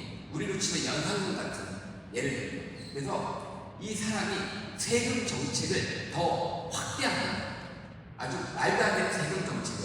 자, 그러니 당연히 우리 팔레스타인 유다인들이 당연히 반감을 살 수밖에 없죠. 당연히. 자, 그리고 결정적인 게 이 플로로스라고 하는 총독이 있었는데요. 총독이 이 플로로스라고 하는 이 총독이 어떻게 빌라도 총독처럼 얼마나 없었고 로마에서 파견된 총독이 팔레스티나 여기 와서 성전의 그 근거를 탈취해. 예를 들어서 미국에서 파견된 거의 총리급에 해당하는 그런 사람 파견해서 여기 다스리는데 동두천 성당 와서 저기 제2방에 있는 근거를 탈취해. 얼마나 없어 보여. 그쵸? 맞죠? 그런 사건이 벌어지는 거예요. 명동성당의 근거를 탈취하는 거예요. 그래서 어떻게 거기에 반발해서 이제 폭동이 일어납니다. 항쟁이 일어나요. 그리고 결정적으로 성전 밖 여기 마당에서 비둘기를 태우는 행위를 합니다. 그리고 어떻게? 야, 안 되겠다. 들고 일어나는 거예요. 왜? 유다인들에게 성전은 가장 중요했기 때문에. 성전은 삶의 중심, 삶의 모체가 되는 것이에요. 성전 이꼬르 나야. 그 정도. 그런데 어떻게? 당연히 이런 일들이 벌어지니까 항쟁이 일어나요. 그래서 독립전쟁을 벌이는데 이때 앞장서 사람이 누구야? 우리로 치면 독립투사들 있죠. 그렇죠? 만주에서 몰래 독립운동했던 그런 사람들처럼 유다인들 중에서도 독립운동을 앞장선 사람들이 있어. 그런 사람을 뭐라고 해? 열혈당원. 그래서 대부분 유다인들은 다 이 열혈당원에 입적이 돼 있었어요. 그래서 제자들 12사도들 중에도 대부분은 열혈당원이에요. 대부분. 그 중에 가장 극단적인 열혈당원이 누구였어요? 유다가 대표적인 사람. 그리고 베드로. 왜? 다혈질이니까. 그래서 이 열혈당원을 라틴어로 보면 시카리라고 해요. 시카리. 근데 이 열혈당원들 중에 극단적인 열혈당원들은 여기 옆구리에 정말 식칼을 차고 다녔어요. 식칼. 그래서 식칼이야. 외우십시오. 여기 식칼을 타고 다녀. 그래서 뭐야? 암살 계획. 우리도 독립투사들 보면 저 윤봉길 리사, 도시락 투척 이런 거 있잖아요. 그런 것처럼 암살범이 있어서 킬러. 그래서 그 암살범 킬러 요직을 맡은 사람들이 열혈당원 중에 있었다고요. 그래서 베드로도 열혈당원이었기 때문에 극악한 여기 식칼을 차고 다니는 거예요. 그래서 어떻게 식칼이라고 하는 이 열혈당원이 예수님 근처에 누가 와서 누가 해치려고 그러면 으악 귀를 자르고 막 이러는 거예요. 그래서 귀를 잘랐죠. 니코마스는 막 귀를 잘랐죠. 예수님을 잡아가려고 합니다. 그래서 베드로도 식칼이었구나. 왜 그 식칼을 차고 다녔습니까? 이해되셨죠? 그게 열혈당원이에요. 그래서 열혈당원을 중심으로 이 유다 독립 전쟁이 이제 이때 일어납니다. 근데 결국은 져요. 베스파시아누스와 티투스가 이 유다 독립 전쟁 저쪽에서 불이 나고 난리가 났어. 야, 안 되겠어. 야, 너희 둘 갔다 와. 가서 진압 좀 해. 진압하라고 두 장군 투입해. 근데 이때 68년에 네로 황제가 죽어. 여러분 네로 아시죠? 네로 황제 최양락. 네. 네로 봐봐. 눈깔이 장난 아니야. 아주 그냥 포악스러워. 이 눈이 장난 아니야. 물론 예상을 하고 그린 거겠죠. 아마도. 자, 네로 황제 최양락. 최양락 그 안에 그 날라리우스인가 있잖아요. 날라리우스. 그래서 이 네로 황제가 죽어요. 68년. 자, 그래서 베스파시아누스가 진압을 갔다가 바로 귀환을 해요. 가는 중에 황제가 죽었대. 그러니까 어떻게? 안 되겠다. 티투스, 너는 가던 길을 가라. 너는 팔레스티나로 빨리 가. 그리고 어떻게? 베스파시아누스는 너는 빨리 귀환해. 그래서 위하도 회의. 우리로 치면 위하도 회의. 그래서 가다가 다시 옵니다. 베스파시아누스. 그리고 티투스는 나머지 거기 진압을 하는 일을 합니다. 그래서 베스파시아누스는 이 로마 황제 네로가 죽어서 다시 귀환을 해서 그 뒤를 이어. 그리고 티투스는 거기서 죽어. 이렇게 되는 거야, 결국. 그러니까 노선을 어딜 타냐가 굉장히 중요합니다. 자, 그래서 이제 베스파시아누스가 나중에 이제 네 황제의 희망이에요. 아까처럼 비슷해요. 알려난 거죠. 그래서 결국 봐봐. 베스파시아누스가 69년부터 79년까지 10년 동안 황제 자리에 오릅니다. 자, 그리고 예루살렘이 이 티투스에 의해서 성전이 파괴가 돼요. 70년. 두 번째 성전 파괴죠. 두 번째 성전 파괴. 그래서 더 이상 성전이 없어진대. 마지막 항쟁이 어디서 있었냐? 어디서? 바로 마사다라는 곳에서 마지막 불꽃을 남깁니다. 그 마사다 항쟁이 이제 로마군이 그 요새를 점령해서 모든 게 끝나요. 왜? 마사다에서 74년에 이제 모든 마지막 발악을 하던 유다인들이 먹을 게 없고 추워지고 이러니까 마실 게 없고 더 이상 버틸 수가 없어. 근데 적의 손에 노예로 가기 싫어. 그러니까 어떻게 해요? 집단으로 다 자살을 하고 끝냅니다. 이게 마사다 항쟁 이야기. 그래서 그 마사다 항쟁을 봐봐요. 이 지도상인데 굉장한 폭곡이에요. 이 봐봐요. 경사를 보세요. 여기로 올라갈 수가 없어요. 지금은 이렇게 도로를 이렇게 만들어놔서 올라갈 수가 있는데 성취를 할 수 있게. 근데 그냥은 못 올라가요. 봐봐요. 이런 절벽이에요. 그러니까 로마군이 여기를 못 올라가는 거예요. 그래서 그 뒤쪽으로 가야지만 조금 올라갈 수 있는 곳이 있어요. 그래서 그 위에를 보면 이렇게 평지예요. 위에를 보면 여기서 마사다 황제 마지막 유다인들 그 열혈당원 그 시카리들이 바로 여기서 마지막으로 항쟁을 합니다. 그리고 더 이상 먹을 게 없고 그러니까 이제 항쟁을 더 이상 이어나가지 못하고 집단 자살을 합니다. 그 로마군이 왜 이렇게 조용하지? 왜 얘네들이 못 올라가니까 기다리는 거예요. 먹을 게 없으면 내려오게 돼 있다 하고 기다려요. 요 밑에다 여기 밑에다 진을 치고 기다리는 거야. 근데 진짜 기다리다 보니까 먹을 게 떨어지니까 조용히 이상하다. 이렇게 소리가 안 나지? 하고 이제 올라가는 거야. 올라갔더니 다 죽었어. 집단 자살. 그리고 역사적으로 이런 썰이 있어요. 여자 2명과 아이 5명만 생존하고 있었다. 라고.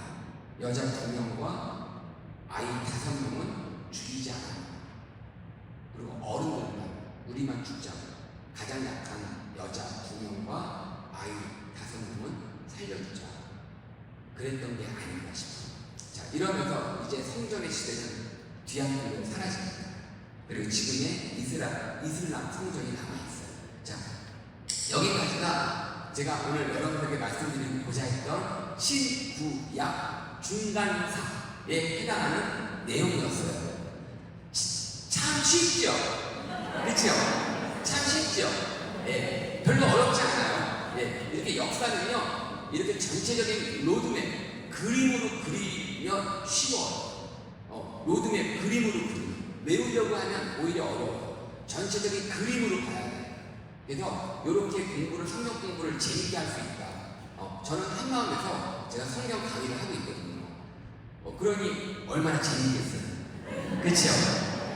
여러분 벌써 1시간 반이 됐어요. 예. 1시간 반 동안 여러분 들으신 거야. 아주 훌륭하시죠. 예. 끝까지 잘 들어주시기 여러분. 자, 감사드립니다.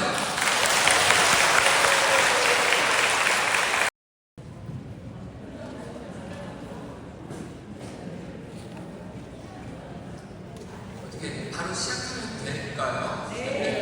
될까요? 네, 알겠습니다.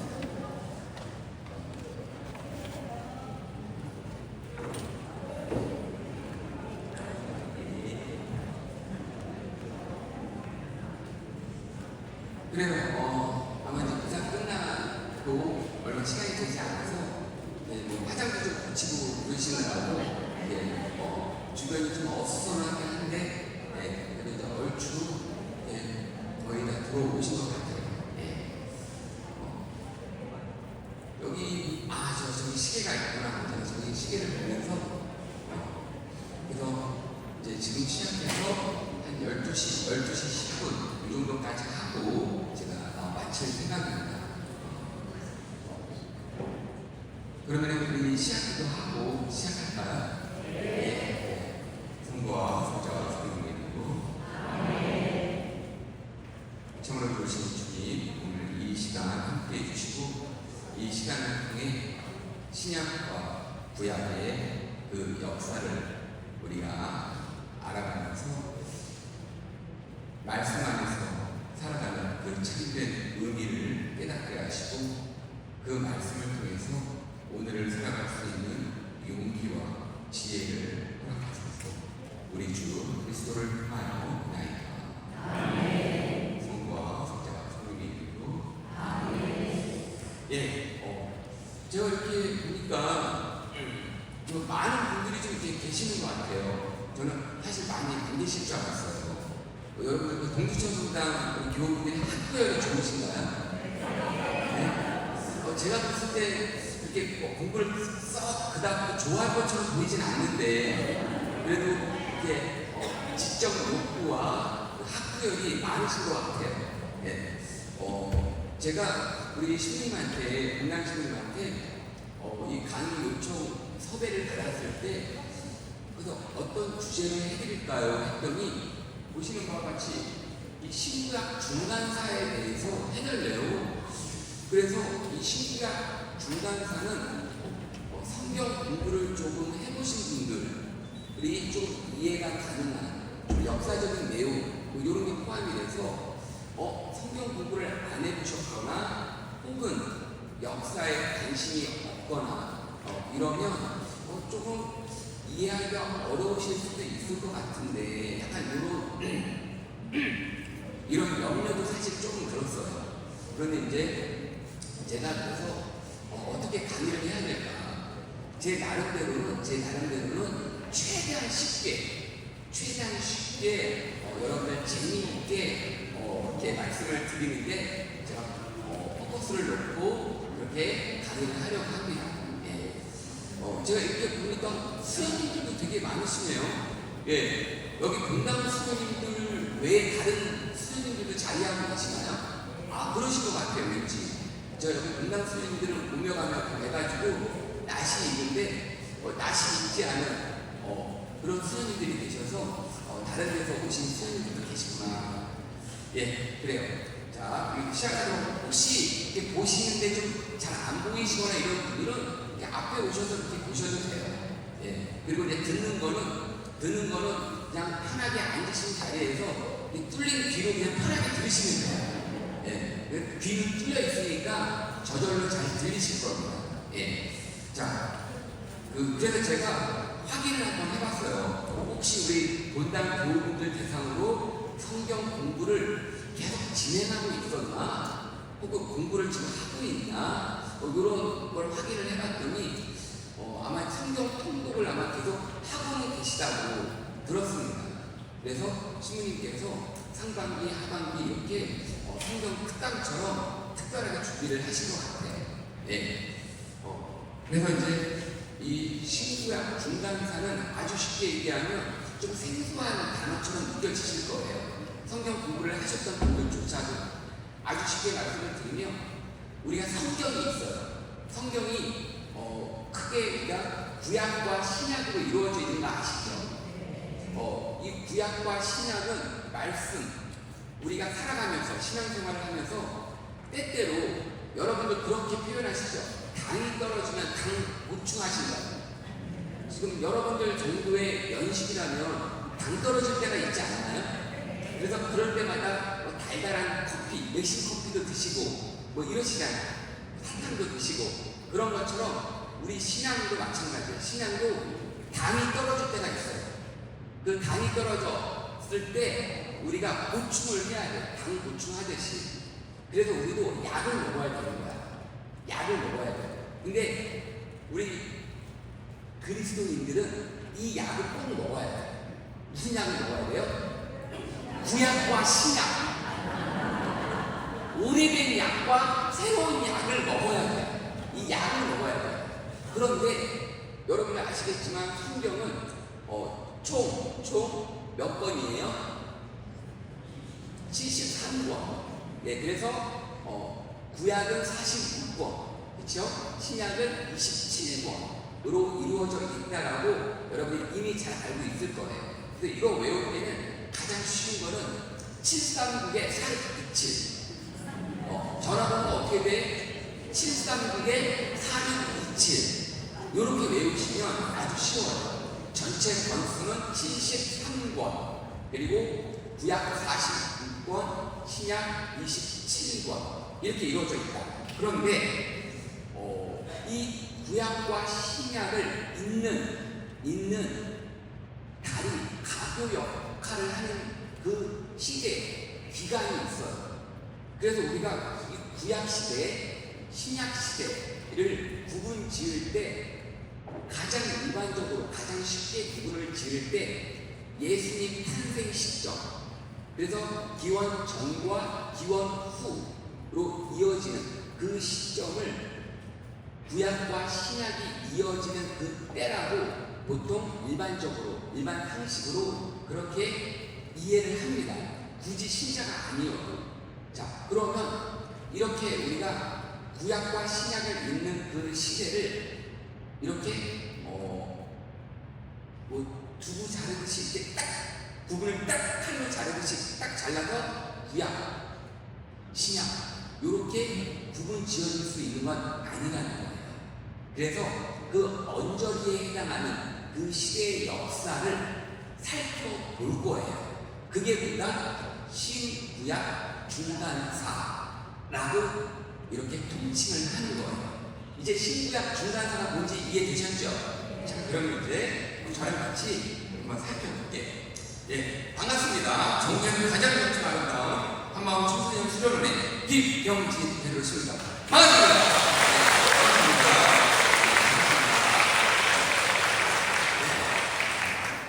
이 박수와 환호 소리를 들으니까 여러분이 배우신 분들 같아요. 역시 배우신 분들은 확실히 달라요. 예. 자, 우리가 첫 번째로 이 신구약 중간사를 살펴보기 위해서는 이 인물 아마 누군지 잘 모를 거예요. 유명한 알렉산드로스라고 하는 대왕의 상인데, 자, 알렉산드로스라고 얘기하기도 하고 여러분들이 이미 잘 알고 있는 알렉산더라고는 아마 들어보셨을 거예요. 알렉산더 왕 혹은 알렉산드로스 대왕이라고 표현을 해요. 그러니까 그냥 왕이 아니라 대왕입니다. 그러면 이 알렉산드로스 대왕을 기점으로 해서 우리가 한번 잘 살펴보려고 합니다. 그리고 왜 우리가 굳이 구약과 신약의 그 중간 시대를 배우려고 하는데 왜 이 사람을 언급을 해야 되는지는 제가 중간에 또 설명을 드리도록 할게요. 이 알렉산드로스 왕은요, 제가 나중에 지도를 보여드릴 텐데, 지금으로 치면 그리스 지방이에요. 그리스 지방이 옛날에 이 시대 기원 전 5세기에서 그 기원 전 이 시대에는 마케도니아라는 이름의 나라였어요. 마케도니아라는 나라에서 356년 기원 전 356년경에 태어납니다. 그래서 아버지는 필립 2세. 여러분들 이런 명칭들은 외우지 않으셔도 돼요. 그냥 편하게 흘려 들으세요. 어차피 외우려고 해도 외워지지 않아. 어차피 강의 끝나고 나가실 때 보면 하나도 기억이 안 나. 하나도 기억이 안 날 거니까 굳이 외우려고 애를 쓰지 마세요. 그냥 편하게 저랑 아이 컨택 하면서 그냥 편하게 들으시면 돼요. 필립 2세라고 하는 아버지 밑에서 356년경에 태어납니다. 그런데 이 마케도니아라고 하는 이 지역은 제가 나중에 지도 보여드릴 거예요. 이 지역은요, 금이 많았어요. 그러니까 금이 많으니까 강대국, 부유한 나라가 될 수 있는 잠재력이 무궁무진했던 거예요. 그래서 아버지 필립 2세 때부터 어떻게 세계를 정복하려고 하는 야망을 가졌었어요. 아버지 때부터, 필립 2세라고 하는 아버지부터. 그래서 이 아들 마케도니아는 물론 이제 여러분이 아시겠지만 옛날 보면 왕들은 이렇게 그 아내들이 되게 많았었잖아요. 그렇죠? 신빈 저는 아내가 하나도 없는데 그 대왕들 왕들은 아내들이 많았나 봐요. 그래서 올림푸스라고 하는 아내가 있었어요. 올림피아라고 하는. 이 아내 몇 번째 아내인지는 제가 잘 모르겠지만 이 아내 사이에서 알렉산드로스가 태어나요. 자, 그래서 이 당시에 14살이 된 이 14살밖에 안 된 이 알렉산더를요, 군사학교를 보냅니다. 그러니까 우리로 치면 신라 화랑 같은 곳이에요. 화랑 같은 곳. 우리 교회적으로 얘기하면 대신학교가 아니라 해화동 신학교 아닌 소신학교. 지금은 없습니다만 옛날 신부님들은 중학교를 소신학교를 보냈어요. 네, 그런 것처럼 군사학교를 들여보내요. 그 자기 아들을 키우기 위해서. 자, 그리고 당시 이 마케도니아 지방은 굉장히 그 금광을 덕을입어서 부유한 나라로 계속 이렇게 성장해 갑니다. 자, 그래서 문명이 굉장히 발달한 곳 중에 하나였어요. 그러니까 굉장히 당시에 강대국과 같은 나라였다는 거죠. 지금으로 치면 지금 현재 전 세계적으로 강대국 하면 뽑을 수 있는 나라 딱 나오죠. 몇 개. 미국, 중국, 러시아, 이 정도? 그렇죠? 자, 이런 것처럼 우리가 강대국 하면 뽑을 수 있는 나라들이 있듯이 당시에 이 마케도니아가 조금씩 강대국 대열에 끼기 시작을 해요. 번성을 하면서, 그래서 고대 문명이 발달한 나라 중에 하나가 되어 갑니다. 그래서 고대 문명이 발달했다는 것은 이렇게 경제적으로만 부를 획득하는 것뿐만이 아니라 사상적으로, 문화적으로도 번성을 하는 거예요. 교육적인 그것도 굉장히 높고, 그래서 당시 기원 전 5세기 때부터 여러분 들으시면 아실 만한 플라톤 아시죠?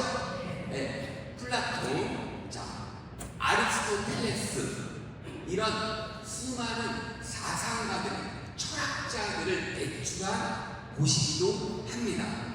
그래서 군사학교를 보낸 이 알렉산드로스의 과외 선생님, 1대1 그 과외 선생님이 누구였느냐? 아리스토텔레스였어요.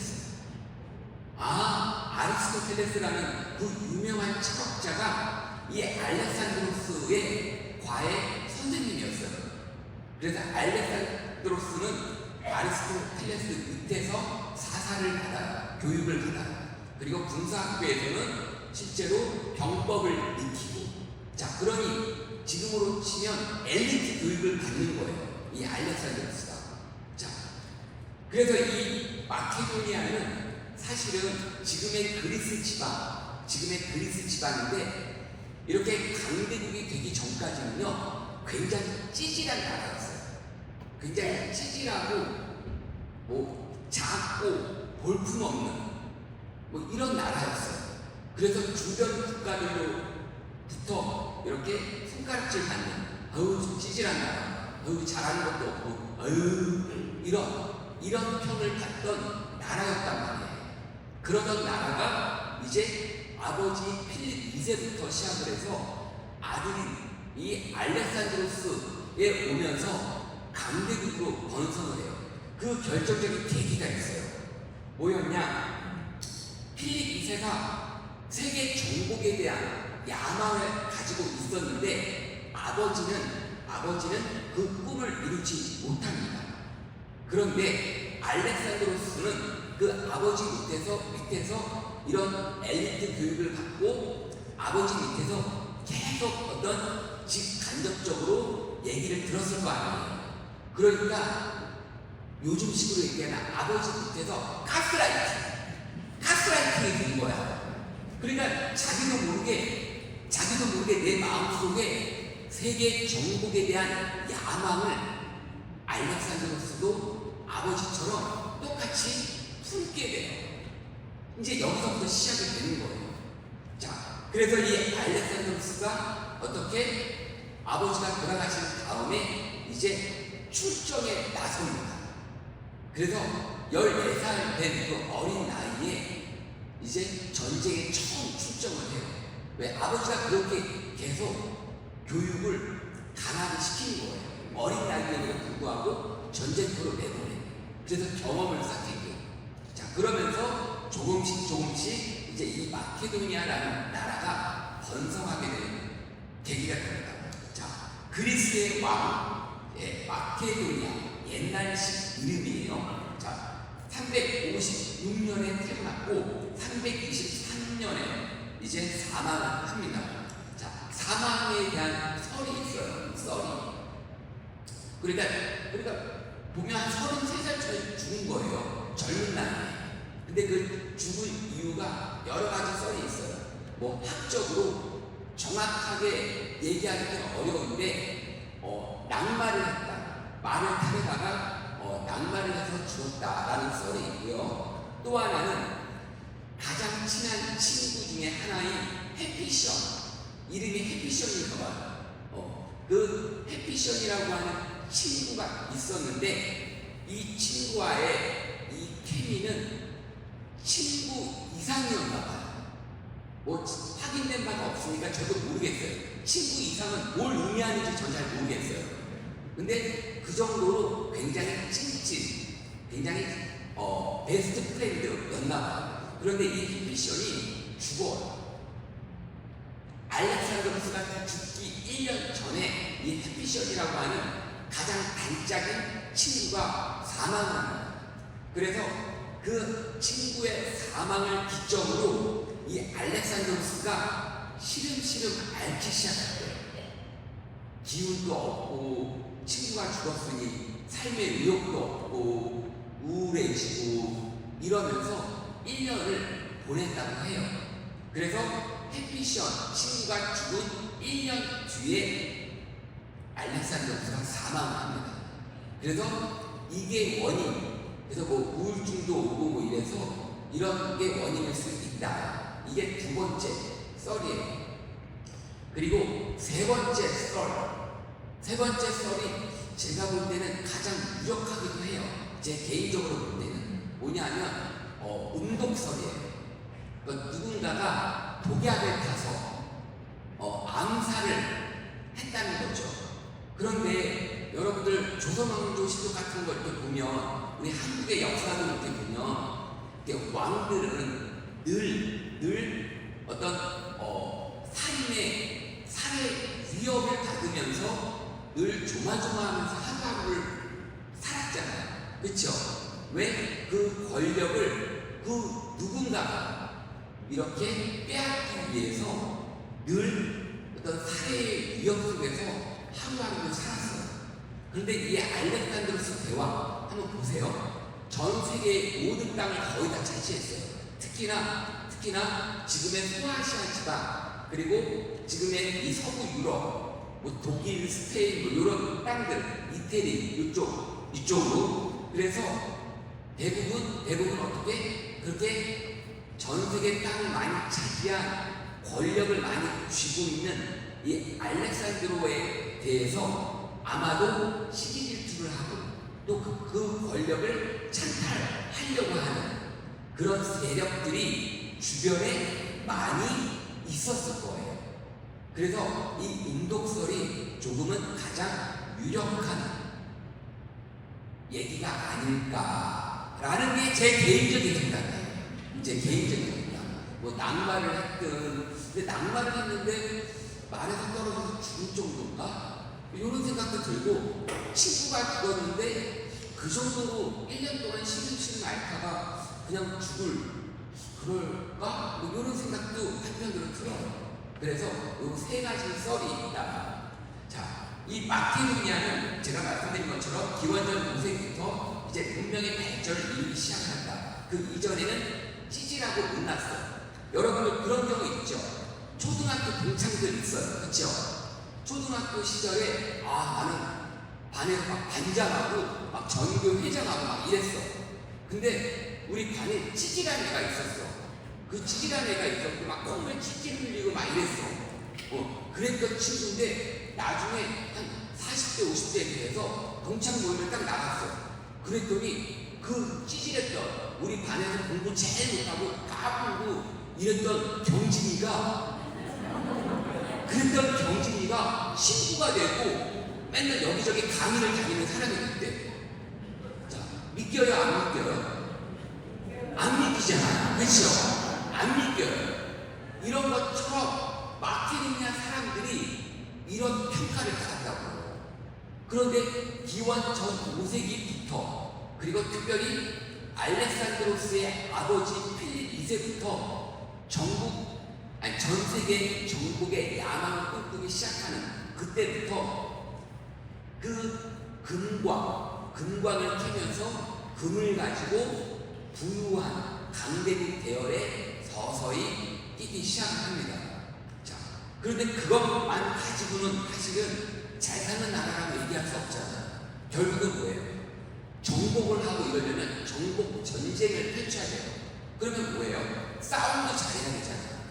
그런데 이 마케도니아 사람들이 어떻게 대단한 기술을 개발해내는데 그게 뭐냐면 이 창검을요 7m 정도면 뭐 제가 잘은 모르겠지만 여기서부터 우리 수녀님 계시는 곳 지금 뒤돌아보신 수녀님 얘기하는 거예요. 네. 지금 한 그 정도 될 거예요. 이게 한 10m 될 것 같거든요. 한 10m, 15m 될 것 같은데 7m, 그 앞 정도 될 것 같아요. 그런 긴 창, 이 창검을 개발해요. 그러니 그게 얼마나 무겁겠어요. 그래서 이 7m 되는 창검을 줄 수 있도록 그렇게 힘을 키우고 훈련을 하고, 그래서 세계 정복 전쟁을 일으켜서 조금씩 다른 나라들과 싸울 때 유리하겠어요? 유리하지 않겠어요? 유리하죠. 예를 들어 볼게요. 여기 앞에 계신 자매님들하고 저하고 싸워요. 막 싸우려고, 막 머리끼리 자꾸 싸우려고 막 달려들어요. 근데 저는 7m 되는 창을 가지고 막 이러고 가까이 왔다고 찔러. 그리고 찔러. 이렇게. 그럼 어떻게 돼요? 오기도 전에 다 죽잖아요. 이 7m 되는 창검 병수를 익혀서 세계 정복에 유리한 선점을 하게 되는 거예요. 그러니까 이길 상대가 없는 거야. 예, 그래서 마케도니아 하면 이 창검법과 이 금광이 유명해요. 이걸로 강대국 대열에 들어선 결정적인 계기가 되는 거예요. 자, 이 마케도니아는 그래서 이제 그 알렉산드로스가 아버지가 못다 이룬 꿈을 자기 마음속에 이렇게 품고 있다가 이제 나가야겠다 생각을 합니다. 결심을 합니다. 그래서 자, 여러분들 잘 보이시지? 제가 이제 나중에 지도를 보여드릴 텐데 대충 볼게요. 자, 마케도니아는 여기라고 볼게요. 여기 소아시아, 터키, 그리스, 소아시아, 여기 마케도니아, 그리스, 이쪽으로 가면 여기 부추를 닮은 이태리, 여기 이태리에서 여기 독일, 스페인으로 가는 서유럽, 그리고 여기 마케도니아에서 소아시아 밑으로 여기 오면 여기가 바로 우리가 배우려고 하는 팔레스티나, 지금의 이스라엘, 가장 시끄러운 가자 지구 여기에요. 자, 그리고 이쪽으로 내려오면 여기가 이집트. 그냥 대충 이제 머릿속에 그리세요. 예, 제가 보여드릴 겁니다. 예, 이집트. 그리고 요쪽 팔레스티나 동쪽으로 요쪽이 이제 페르시아 혹은 파르티아라고 하는 바로 그곳이 있어요. 자, 그래서 이제 마케도니아 요 정도에 위치한 이 마케도니아의 알렉산드로스는 소아시아를 거쳐서 팔레스티나를 거쳐서 이쪽에 파르티아를 정복을 나선 거예요. 당시에 이쪽 동부에 위치한 파르티아와 이 남부에 위치한 이집트 그 두 나라는 강대국에 속해 있었어요. 그래서 강대국인데 이집트와 파르티아는 지금의 미국과 러시아처럼 서로 앙숙이었어요. 자, 앙숙이었는데 이 마케도니아가 처음으로 목표를 삼은 게 파르티아였어요. 일단 얘네부터 치자. 그래서 얘네를 치러 여기 이쪽에 마케도니아에 위치한 여기 알렉산드로스가 이렇게 내려와서 파르티아를 치거든요. 그런데 이 동선을 이렇게 보면, 이렇게 동선을 따라가다 보면 이쪽에 우리가 공부하고자 하는 이